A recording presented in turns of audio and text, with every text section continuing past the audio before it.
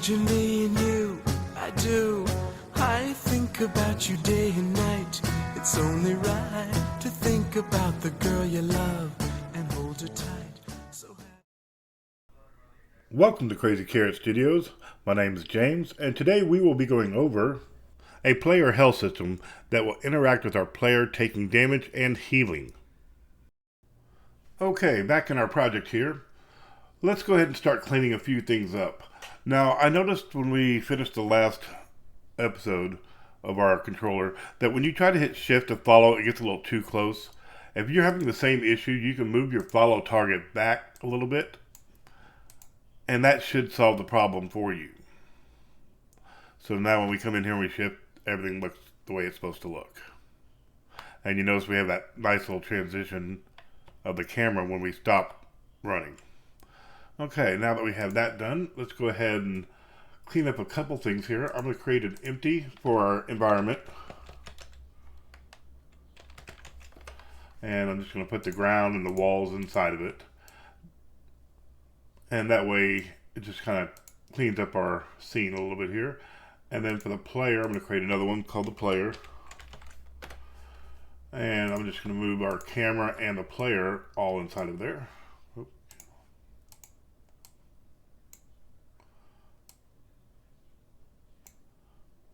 And that way it just minimizes it's what we have in the hierarchy and make it a little bit cleaner to easier to use.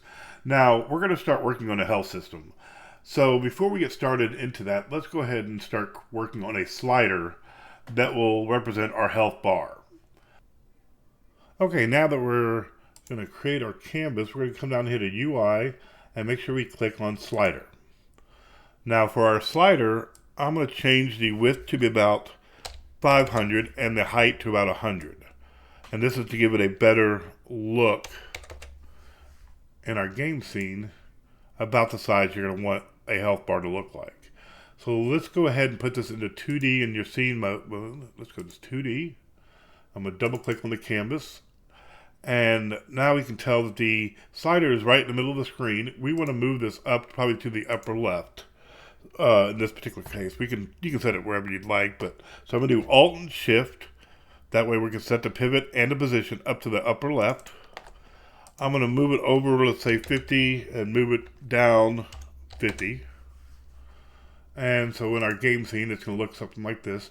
Now you notice we also have the toggle handle slide. I am going to delete that altogether because I really do not need it for this.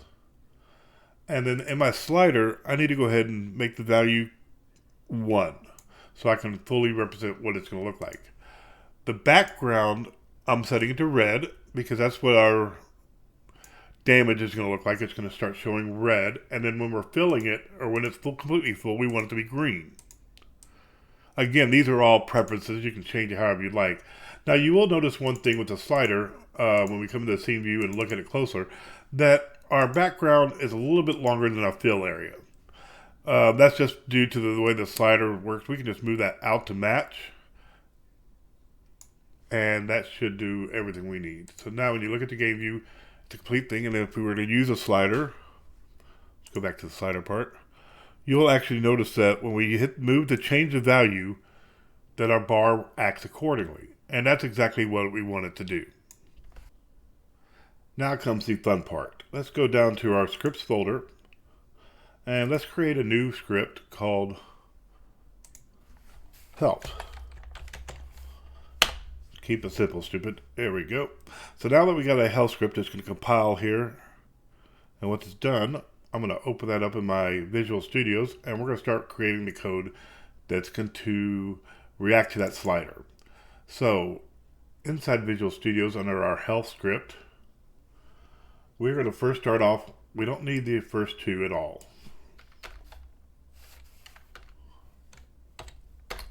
So my second thing I'm going to put in there is so that we can interact with the UI for Unity. So we're going to go using Unity Engine .ui. This will enable us the background information for model behavior to interact with Unity Engine's UI system.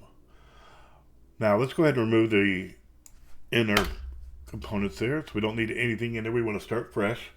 Now, normally you want to try to keep things private, but in this particular case, we're just going to show you how this works, and we're going to use public for this. So we're going to do a public float, and the first couple things you're going to need is you're going to need a max health to represent what the max health your character can have.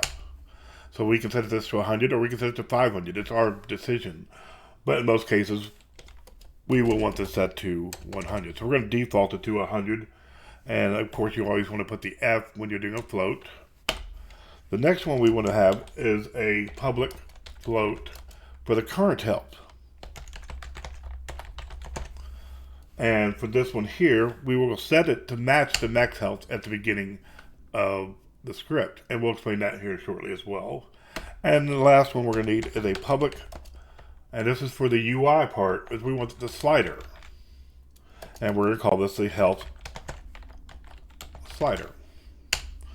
I know, that's pretty simple. So let's go ahead and just comment this so we know exactly what we're working with. This is the maximum health of the player.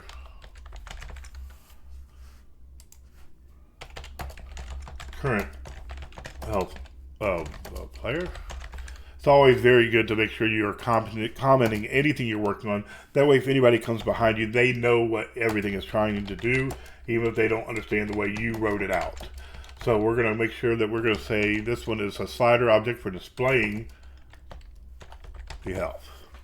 All right, so now let's get into the meat of the functions for this.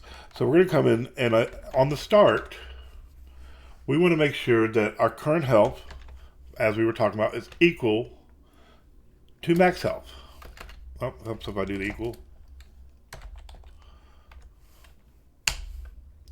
And the next thing we want is the health slider dot max value is equal to max health.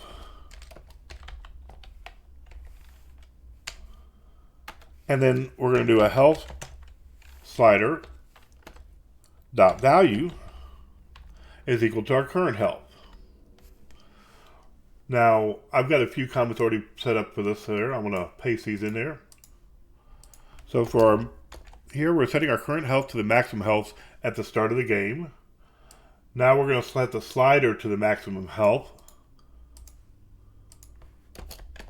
And lastly, we're going to set the initial value of the slider to the current health. So what this is going to do is going to make sure your slider is matching the size of your health. So if you've got a max health of 500, you want to make sure that that one value for the max let's go ahead and take a look at that, on your slider, you want to make sure that this one is the same as the 500 or 100 or whatever your max health is going to be. And then the current value is wherever this is in comparison to that max. So it's based on a percentage. So let's go ahead and back in here. And like I said, our value is set to the current and the max value is set to the max. All right. Now that we've got that set up there and we kind of understand what that's doing, let's go into the next section of our script. We're going to create what's called a take damage function.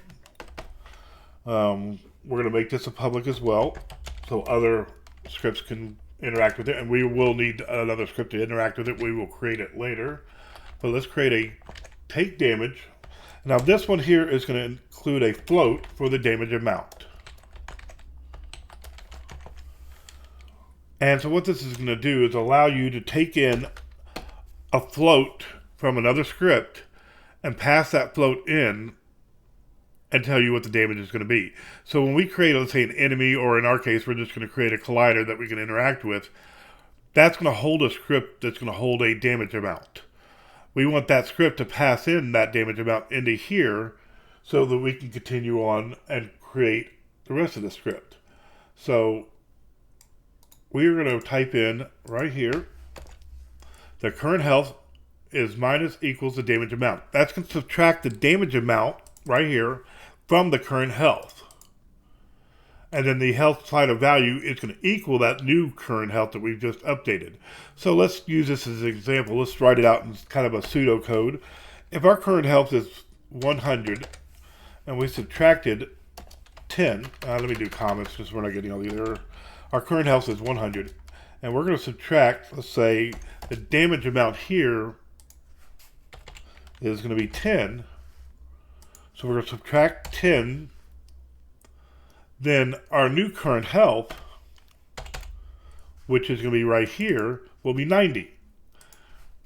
And so we want our value of our slider, so health slider.value equal to 90. So that's exactly what we're doing here. We're taking 100 minus 10 and setting the value to the 90. Now, on our next section here, we're going to create another part inside here called an if statement. And we're going to basically say if the current health is less than 0, we want it to call another function called die. Now, we have not created this function, so it's not going to work. You'll see we have a nice little red squiggly line. But this is basically going to say that if we reach a point that we're less than or equal to 0, actually I do want to make sure I put an equal there, that it's going to fire off the die function. And there we can set our animator or anything else to say die.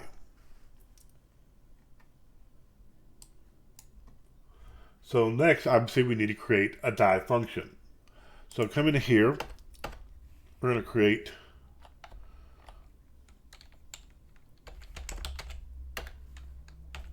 public void die.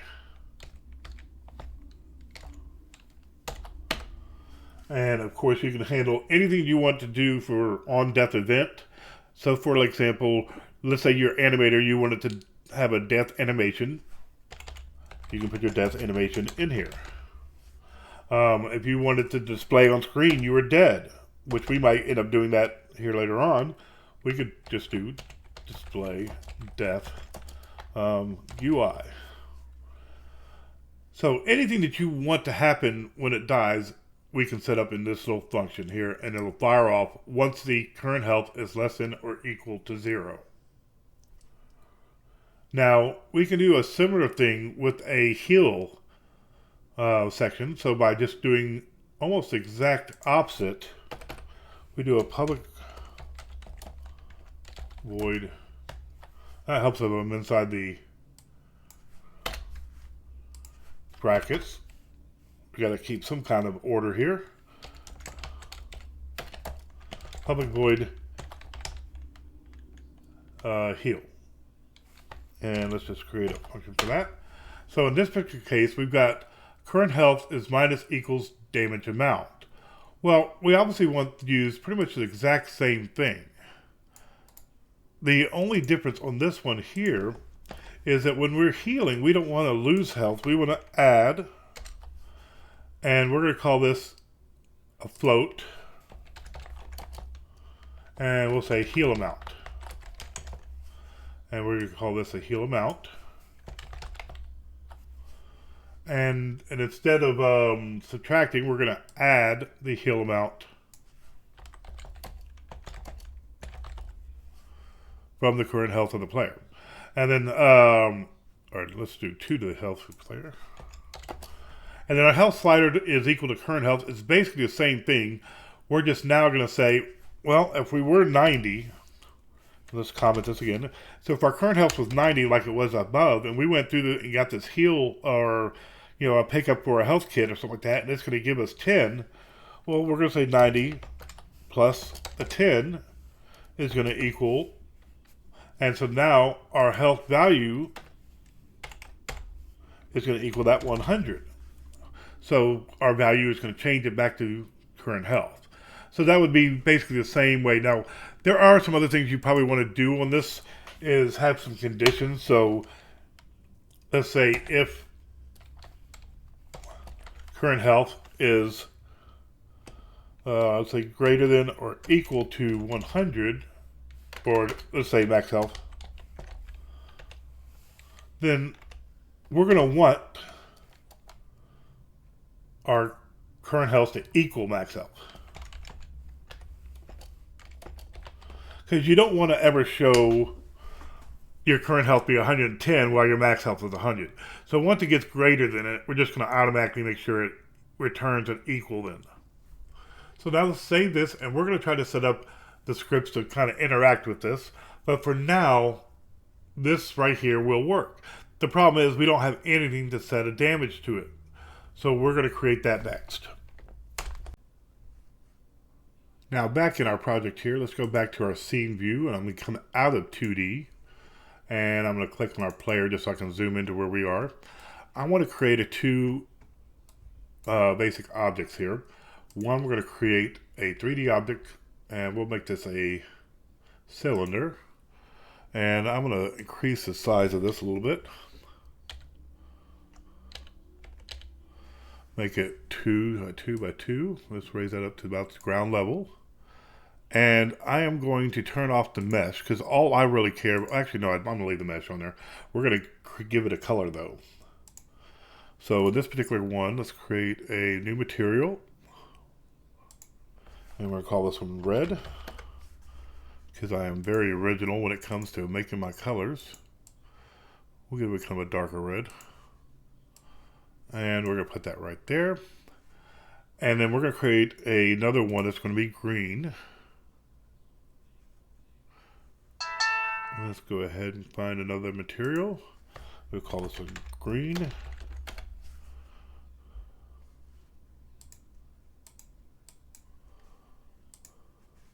I'm going to duplicate my cylinder. Move this one over here and give it a green color. Now this one here is going to be our damage. And this one here will be our heal. So the only thing we want to make sure we're doing on this is in our capsule collider, we want to make sure these are triggers. Now you can see what your capsule collider looks like by toggling the visibility on the gizmos. And then you can actually click on this and see where your collider is. And you can resize it, of course, however you want to make sure that you're going to be interacting the way you want it to interact. So we've got one on the damage. And then on the heal, we want to do the same thing, make sure it is a trigger. Because the script that we're going to create is going to act that once you enter this trigger, it's going to do a certain thing for damaging. And same thing for here, once you enter the trigger, it'll do something to heal. So let's go ahead and first, let's go back to our scripts folder real quick. Let's take our health script and put it on our player, which not on that one, but we want to come inside here and put it on the red ghost. So now we have right here our max health and our current health, which when we hit play, you'll notice the current health will automatically go to 100. And that's because at start, we set it to current health equals max health. So that's exactly what we want. Now, the one thing we don't have here is the slider. So we want to come into our canvas and drag the slider right into the here. Alright, now let's go ahead and create a script for our damage. So we're going to create a C# script, and we're just going to call this surprise surprise damage. Now once I open this damage up, we are again going to clean this up. I don't need anything but the Unity engine. And I am going to remove all the inners, just like that. And we're going to create 3 basic floats. So one's going to be a public float damage amount. And we're going to make this equal 10. But again, once we get into the inspector, you can change it to be whatever damage you'd like. We're going to create another public float that's going to call damage interval. And I'll explain why I'm setting that one up here in 1 second. And private float called last damage time. Now, again, this first one here we're doing is basically going to represent the damage amount that's inflicted to the player. The next one is while we're inside the trigger of, or our collider of the damage cylinder that we created, this is going to say how often to inflict the damage. That way, every moment that we're inside that area, kind of like a fire, it's burning you. And it's burning you by 10. So for every, let's say 1 second, it's going to burn you 10 health. So if you're in there for 10 seconds, you're going to be die. Next thing is we want the timer of the player was last damaged. So this way we can keep track of that interval. So whenever you're dealing with a collider, it's going to be I somehow erased all that. Let me get that in there. Whenever you're dealing with a collider, you're going to always use something called an on trigger. Now you can be the on trigger enter, which means when you enter the collider. Let me go back in here so you can kind of see this. So for example, I take my player, and when I enter the collider, on trigger enter will only fire one time, and that's when I entered it. And you can also have it on trigger exit, so if you need something to fire when you leave the collider, it'll do it. Or in this case, we're going to do something called on trigger stay, where for every moment you're inside the collider, it's going to do something. And that's the one we're going to be working on right here. So let's go back into our here and go private void on trigger, and we're going to go on trigger stay. Now you notice when I did that, it automatically gave us a collider other, and that's going to represent the thing that we're colliding in. It's going to give it the name other. So what we want is if other dot compare the tag is player, then we want it to do something. So what that is going to say is if my player, which we have right here, has a tag, which we don't have right now, player, so make sure you tag your player as a player, then when we enter in here, it's going to say, if the tag is player, do this. That way, if something else runs into it, it's not going to fire off that damage script, only if the player does. So if it's in the player, we're going to sit there and say, and this is where we're going to get our health script. This will be the first time we've referenced one script from another, is we're going to go health, which is what we named our health script, health. And we're going to say, give it a name called health script equals other dot get component health. Now we could easily do the same type of thing up here as a variable, but because we wanted to fire off as what the collider is finding from the other one, because you have to remember this script is not on our player. This script is going to be on the damage cylinder. So we want that cylinder to say, whatever collided with us, let's find the health script on it and get it. And now the next thing you want to do is make sure that it did have a health script on it. So if that other had a health script and it was not null, and then we want to make sure we add another condition for our timer, and time is less than our last damage time plus our damage interval.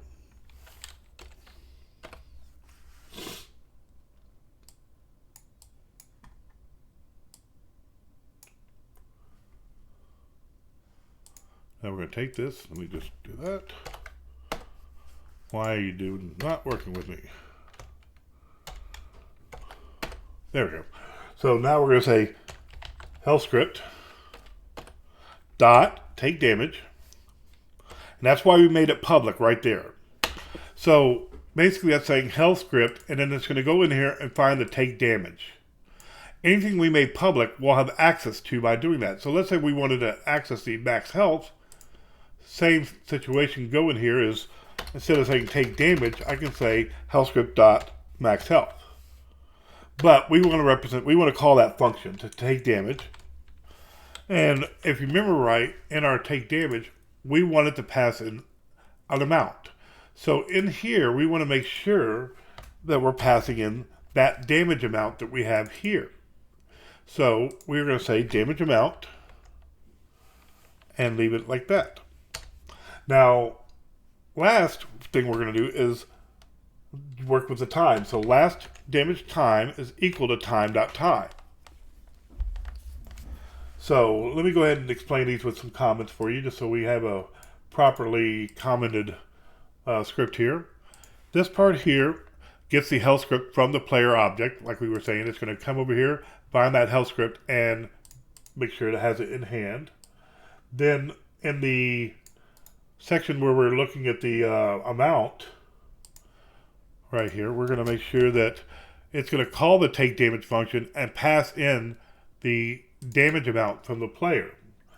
And the last one it's going to be, that last line, is we're going to update the last damage time to the current time. So basically, we're going to make sure that this 1 second is going to equal to that time.time, and once it does, it's going to fire it off again. So let's do that here, and let's see how that's going to look. Let's go ahead and bring that damage right onto our collider, and we want this one on the red one. So now here, we could set this to 10, 20, hell, we could set it to 100, and then it's going to kill it right away. We can also make the intervals slower or faster based on when we run in. But let's see how this reacts right off the bat when we hit play. Now we're going to grab our player, and we're going to look around, and we see our collider here. So let's walk into the collider, and you notice my health bar is going lower. That's exactly what we want. Now when we come back out, it's fine. If we walk back in and stay, every second that we're in, it's taking off again. So that's working exactly how we wanted and how we intended. Next, let's look at the healing property, which is going to be basically the same thing, just a little bit reversed. Okay, now let's go ahead and create one more script, and we're going to call this one Surprise, Surprise, Heal. I am the most original name giver of all time. So once we come in here, we're going to go ahead and double click on the heal script after it compiles. It's going to open up our Visual Studios once again. And I'm basically going to be duplicating the same thing we did with the damage script. Only we're going to change some of the variable names. And unfortunately, my computer had a surge with the power here, so everything's kind of in a different spot. So let's go ahead and open it up right here. And I'm going to take everything in here. We're just going to copy it and paste it right in here as well. I am going to remove those using functions I do not need. And we're not going to call this a damage amount, but we're going to call it a heal amount. I know we're going to get some squiggly lines down there. We're going to call it a heal interval. And then down here, we're obviously going to have to change this to heal and heal amount. And we want to make sure we update this.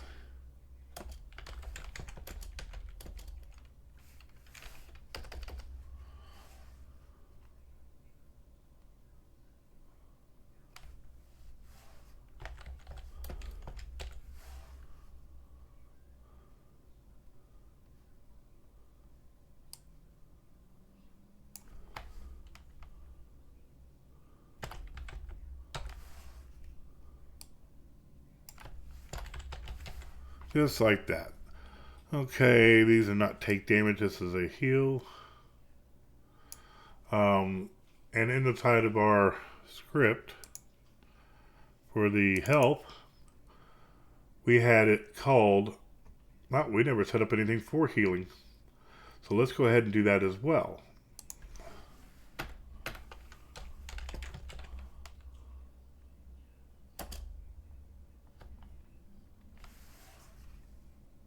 Oh, yeah, we did. I'm an idiot.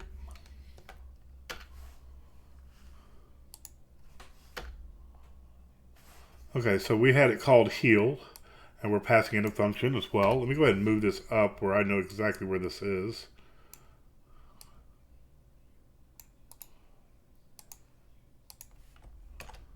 I like to keep things in a nice orderly fashion. Okay, so on our heal side, we're going to basically call the heal function, just like we called the take damage. So on the heal, we want to go instead of that, we're going to call heal.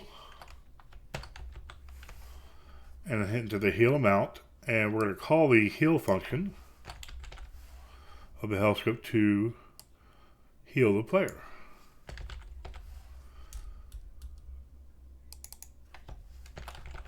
Alright, I think we've changed everything we needed to change. Everything should work accordingly. And since it's calling the heal function, it doesn't matter anything else. It's going to tell you what to do right here. So we don't need to change anything else. Let's just make sure we save it all correctly. And come in here. And then on our... Oh, because I didn't save, none of that stuff is on here. Wow, okay.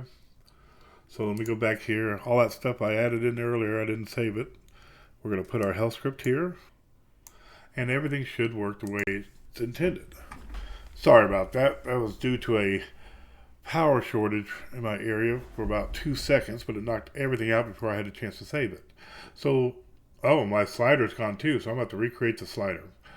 That becomes an issue. Let me pause this right here and let me set that back up. Okay, now that I've got the UI working again, let's go ahead and test this out the way we were trying to do a moment ago. So when I hit play, I can go into my damage, and just like before, it's going to take the damage. And then when I come into the green for the healing, it's going to heal it.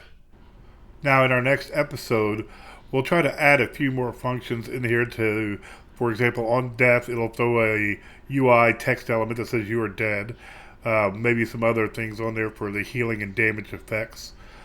But for now, this is where we're going to leave off and go from here. And from all of us at Crazy Carrot Studios, we would like to say thank you. And don't forget to please like and subscribe. We will see you next time when we get back to Learning with Bob.